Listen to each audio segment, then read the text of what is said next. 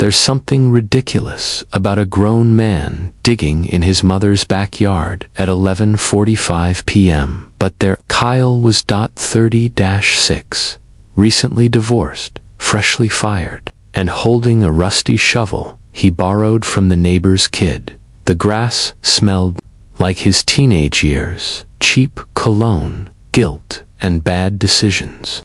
He dug, and finally, he hit it. The old cookie tin. Inside, wrapped in plastic, sealed with duct tape, was a letter, to Kyle Brennan. Age 36, from Kyle Brennan. Age 16, he took it to the porch, hands shaking, heart pounding, and yes, with a side of fries. He had picked up drive-through on the way. Healing requires carbs. He opened the letter.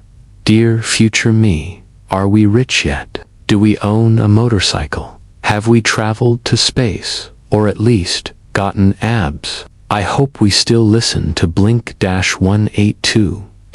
Also, did we ever kiss Kelly Murphy? But more than all that, are we happy? Kyle laughed. The kind of laugh that sounds like a wheeze, happy. He had just yelled at a blender this morning because it reminded him of his ex-wife's voice. He hadn't worked out since 2017, and Kelly Murphy. She married a guy named Buzz and opened a candle store in Oregon. No, 16-year-old Kyle, we are not happy. He folded the letter, and then saw something else in the tin. A second envelope, different handwriting, older. To the one who forgot. His heart stopped. He opened it. Dear Kyle, if you're reading this, it means you're hurting. It also means I failed. I'm your mom. I wrote this in case my boy ever came back looking for the version of himself he lost.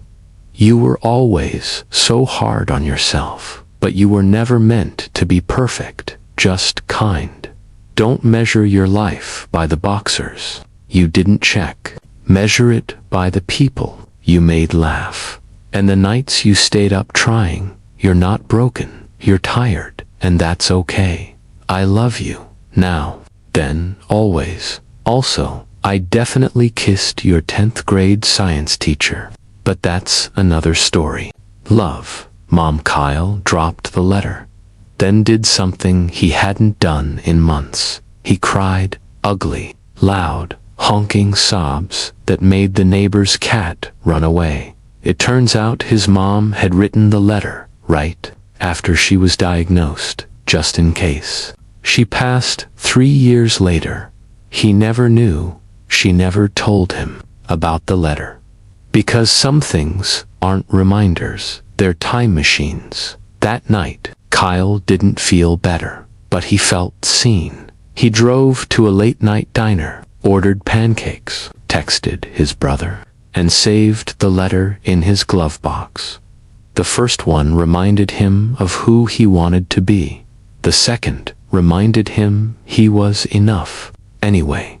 Because sometimes the funniest joke is how badly we measure success, and the sweetest twist is realizing you were never as lost as you thought.